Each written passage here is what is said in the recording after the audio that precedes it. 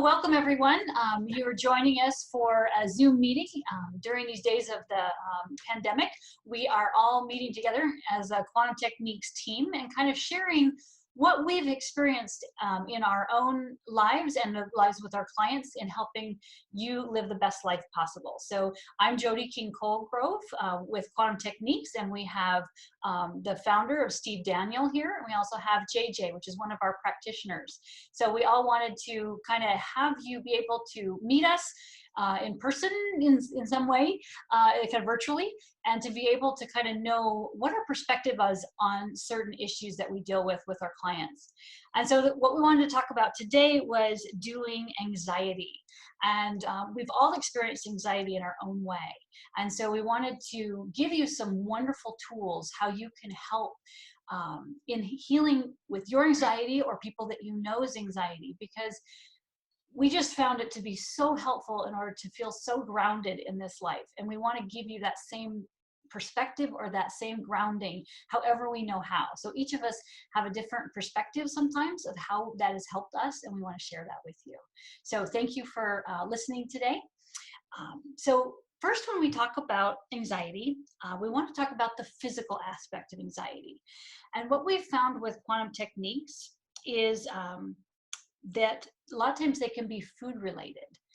And so we wanted to kind of start up the discussion that way, but I think it's also a good idea to be able to kind of introduce everybody and for them to say hi. So, so that's a great jumping off point. So Steve, why don't you go ahead and kind of introduce yourself if this is the first video that people have kind of listened to us, and we'll get the discussion going. Yeah, my name is Stephen Daniel, and I've been doing this full time for 22 years. So I've seen a lot of issues. My background was as a clinical psychologist and a psychopharmacologist. So worked a lot with people's anxiety. A QT approaches that in a different way. And like Jody said, a lot of times chronic anxiety is driven by food toxins, environmental toxins like inhalants. Laundry soap can be one of them. And also it can be not chronic, but like bites often reverse adrenaline. So there's a big physical component that you can actually take control of with Quantum Techniques. Great. JJ, would you like to say something about that? Absolutely. So for everybody out there, my name is JJ, or John Curran.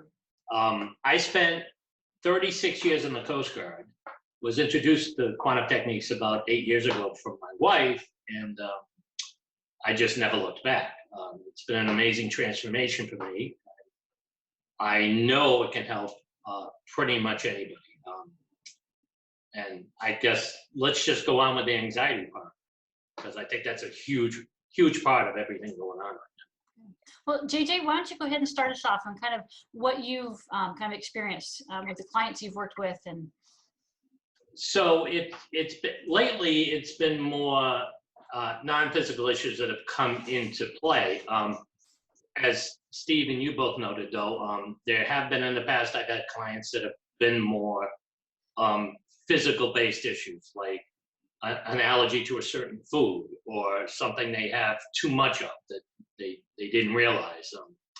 A lot of things going on lately, though, seem to be coming from more the, oh my God, the world is going to end anxiety. Not only with the COVID-19, but, you know, I mean, take your pick. It's COVID-19 or it's the new cell phones and all that stuff. So it's more, you know, the more people think about it and the more news talks about it and the more news, you know, gets into that point of it, it just becomes very difficult for people to disassociate themselves with what they know is real, what they think might be real, and what everybody else is telling them. So that's been a huge part, I would say, in the last 4 or 5 months. This has just been, you know, with the 5G and the COVID, it's just gone off the charts for me, non-physically. So I don't know if you guys have experienced the same stuff. Or... Yeah, I was thinking about, someone had said, we're all in this storm right now, but sometimes when we're in this storm, we're all looking at something different. Some people are looking at the waves, you know, that are crashing into the boat. And some people are okay, in other words, if you're a boat in the storm, some people are thinking about the waves are crashing into the boat, maybe sink the boat. Other people are looking at the lightning. Some people are looking at the wind. Some people are looking at, the big, tornado in the sky. So we're all looking at it from a different perspective. And I think what causes that is because we've all had life experiences that maybe draw us towards a more intense emotion towards something. In other words, I don't have a lot of emotions towards tornadoes because I've never been in them. Well, now I live in a place where I have been near some, and it's like, oh, I guess I need to pay more attention to that. And so I think it's all in that perspective. So that's kind of what you're saying, JJ. Yeah. Yep. Exactly. Well, anxiety is also driven by your imagination. It's when you leave the present moment.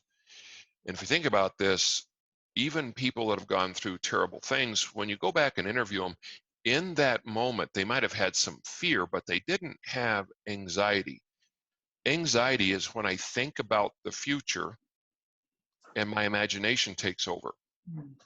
And so I think right now, we probably have globally the highest level of anxiety, maybe since a world war, because this affects everybody and there's no lines of defense. So, whether that's I'm afraid I'm going to die, or somebody I care about is going to die, or I'm afraid of the future, economically, or the next pandemic, when you leave this present moment in your imagination, you will always create fear and suffering. And that's part of the consciousness journey, is how do I live in the present moment? Yeah, I don't know if I'm going to have food next month or next year, but I have it now. I don't know if I'm going to get sick next month, but I'm not sick now. And so, do I live in my imagination, or do I live in gratitude for what I have in this moment? Because no other time is real but now. The future is just my imagination. The past is my imagination / memory, but now is all you have. So, and what you tell your body influences your immune system. So if I'm always telling my body I'm going to die, in a sense, I'm running from the tiger, it shuts down the immune system, shuts down digestion, and you make yourself more vulnerable. That whole sense of what am I doing today that I can have gratitude for? And that's part of, when you choose, like so many people are, giving back to less fortunate, what you give your mind to focus on is really what controls the quality of your existence each day. So, Steve, to build on that, would you say that people putting stress on themselves and anxiety on themselves to tell themselves, well, I'm going to do this when I get better, this is going to happen? I mean, do you think that's certainly a form of anxiety, isn't it? Correct. Right. I think you can't leave the present moment and go into the future without creating anxiety, especially right now, and without, taking away from your abilities, your immune system's ability to heal yourself. Okay, because one or two things, when you think about the future, you think, oh, it's terrifying. Or, well, I'm going to accomplish this great thing. Well, then what happens when you're blocked in accomplishing it? You go back into anxiety. So Right. again, I think that it's okay to think about the future and plan for the future. And okay, yeah, when this is done, I'm going to, go meet these people and do my business presentations and get ready for that. But the quality of life is determined by where you focus your awareness today. Sure. Yeah. And I think it's interesting how, Steve, what you're saying is that it will impact or lower our immune system. And this particular week, myself, there was a couple of things I really wanted to listen to get the content, but I knew that it would kind of impact me a lot emotionally. And sure enough, I noticed my ear was ringing, and I was like, well, that's kind of odd. But as I stepped back to realize, yeah, my body was telling me, I don't want to hear this. And so I chose and tested, okay, is this something that it's better for me not to take in right now and wait and let this go. And so I chose to listen to some praise music and go outside and kind of be in nature. And that took care of it. So it's a way, your body's always trying to tell you little hints of what it needs. And a lot of times we don't listen. So it's important to listen. Well, in traditional medicine, research has shown for years that about 6 weeks after a major loss, well, think about people right now, the death of people they care about, or their finances, that there's a measurable drop, even in traditional medicine, in the immune system 4 to 6 weeks after a major loss. Well, we're in that 4 to 6 weeks right now for everyone. Mhm. And so again, that's the sense of not focusing on what you've lost, but what you still have every day you can be grateful for. And that, I'll say, keeps your immune system healthy and focused where it needs to be. Yeah, that's really good. Um, and so we kind of went on to the non-physical, which I think is great because JJ, you're right. That's really where everybody's at right now. And they may not be experiencing the physical. And I just remember when I got married, there was just so much activity getting ready for that wedding. And it's like, well, I can't get sick now. And so, everything was great. And we got on our honeymoons, then we got colds because then we could finally like let it go, and all that stress came and stuff like that. And so it's kind of like, yeah, right now we're experiencing the physical part or the emotional part of it. And how is it going to impact people physically when we kind of come out of this a little bit? And so people need to be aware of kind of what those symptoms are. And so things that I've dealt with my clients is, sleeping, how are they sleeping? Are they dreaming? Are they having vivid dreams? Those are things that we can kind of help calm the whole mind down and help clear any of that. Other years, adrenals, sometimes, they don't let you sleep at night because they're revved up and trying to, like I said, fight the tiger. So that's important to be aware of. Things that Liver can all, plays a big part of that too. what is it? I said liver. The liver plays a big part, Yes. and actually the whole body does, because that's when most of your detoxing gets done, is at night when you sleep. Mm-hmm. And that's Yeah. what people don't realize. Yeah, so more liver, gallbladder, kidneys, peeing a lot, having to get up and pee. Yeah, all those things are your body telling you, hey, something's going on here. I noticed I started sweating more because the sweat glands are also part of your detox system too. Yeah. Well, I think if we go back to that physical and realization that people with chronic anxiety are almost always, we call it reversing themselves, but blocking their healing by something they're eating. And usually it's one of the major foods. I think corn is the most likely, but corn, wheat, dairy, eggs, nightshade, citrus are the foods we always check people for. But too much caffeine can do that. So foods are a big issue. And then we have what we call pathogen anxiety, where it's like when you get the flu, you kind of get depressed. Well, you don't need an antidepressant. It's what we call it, I would say, viral depression. Well, you can have viral anxiety, bacterial anxiety, fungal anxiety. Any of those underlying unresolved infections by themselves can generate anxiety that medication is not going to be helpful because it doesn't work on the same neurotransmitters. Absolutely.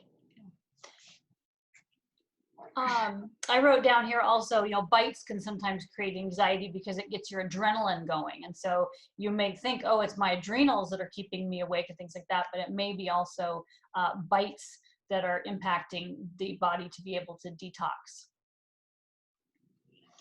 Well, and I think, one of the things that I wanted to mention is just watching the recent reports, and, everybody's putting their hopes on a vaccination, but yet we don't yet know, is the coronavirus going to be like the mumps that you get at once and you're immune, or you get a vaccination? Is it more like the flu, that it evolves every year, and so you get a flu vaccination that's somewhat protective? Or is it like the cold that mutates so quickly you can't? Well, what's the commonality is build a healthy immune system. Number one is the non-physical things we're talking about. Live in gratitude. Don't live in your imagination. Eat a healthy diet, exercise, keep your weight down. If you smoke, stop. Have an active spiritual community inside. Have active community, have pets, connect with people you love. Those are the common sense things that I think, this virus is showing such a higher rate of death in people that live unhealthy lifestyles. Mm-hmm. And I think it's a call back to basics. And I don't think you can eat out every night of the week and really have excellent health. I just don't think that's possible. So it's going to be a call for people to recognize there are real limits in traditional medicine. There's amazing things they can do, but traditional medicine is never going to have a magic pill that gives you a great immune system. That's your lifestyle choice. Yeah, absolutely. And I think already, Steve, to your point, I think they really think the virus is already mutated. So I think it's more on those latter two, is more of an every year kind of flu thing, or is it like Right. you can't keep up with it like the cold? That's kind of what they're looking at right now. So No, I agree. Yeah. So going forward, we kind of touched on this a little bit, having the sense of, a spiritual practice, finding a community, living in gratitude, pets, all those kind of things really do help ground you.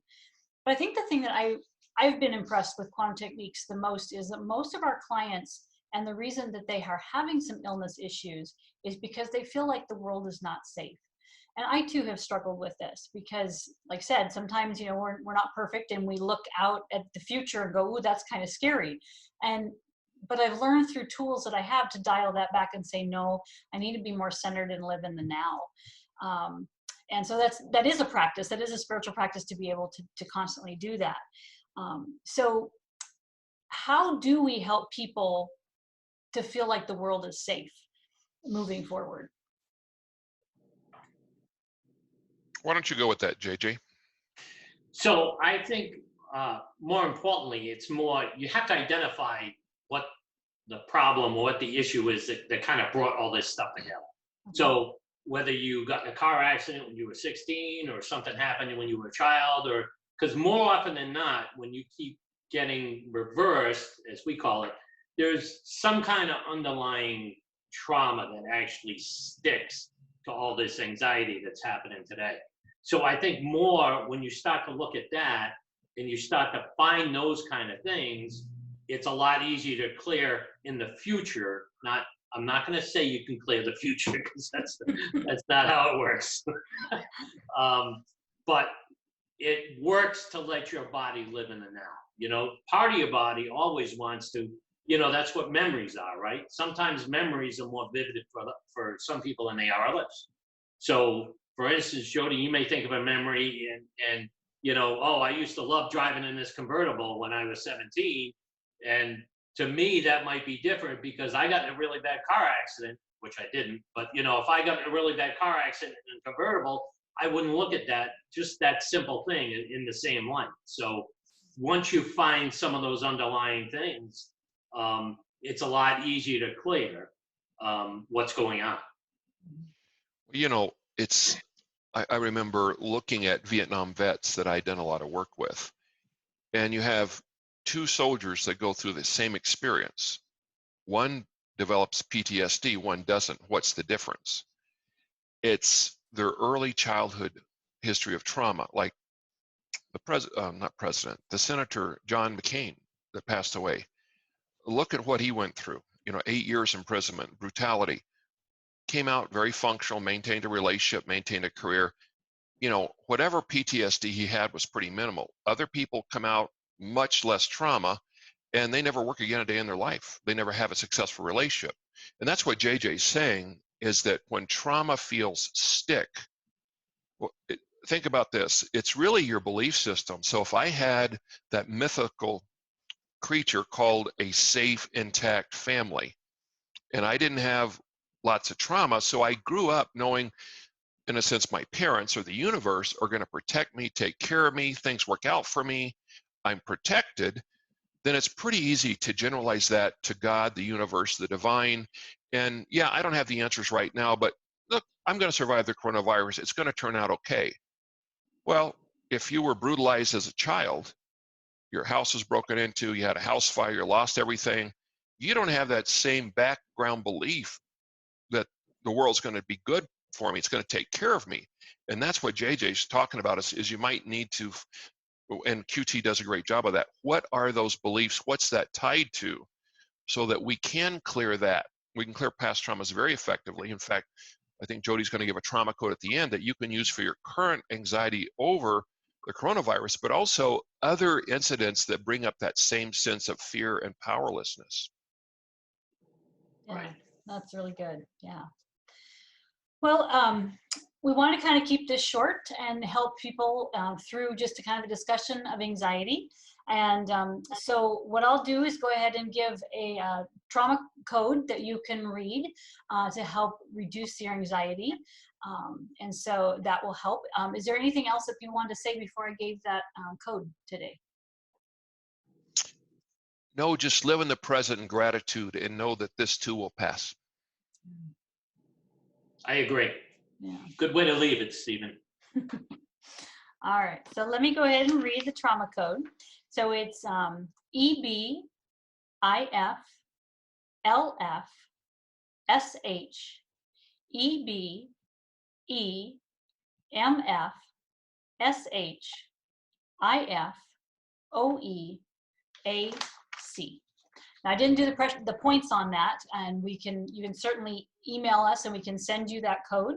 We can also send you the points to touch for that code, but it's a little bit like, trying to pat my head, and if I try to do it together, I will screw it all up. So it's easier just to read the code for you. And I'm sure that on this video, it might show at the bottom as we've read that code when we get this to you and when you view this. So I thank you everyone for listening today, and we hope that we've given you some really good information to help you feel like you're more centered and can go back to a balance and find that security that you're needing. And so each one of us practitioners are here to help you, and you're welcome to visit our website at quantumtechniques.com, and you can look over each one of our bios and find out what we do and what we specialize in, and we all have a great background on how to help you get your health and happiness back. So thank you for joining us. And Jody, one other thing. Sure. For people that don't, a code is basically a series of acupressure points that shows your body how to release this. And so you can focus on when you feel nervous or your fears and read the code a few times and then recheck in until the anxiety's gone. That's how you use it. Just wanted to make sure we included that for newbies. Yeah, no, that's a good idea. All right. So thank you for joining us. Blessings. Blessings.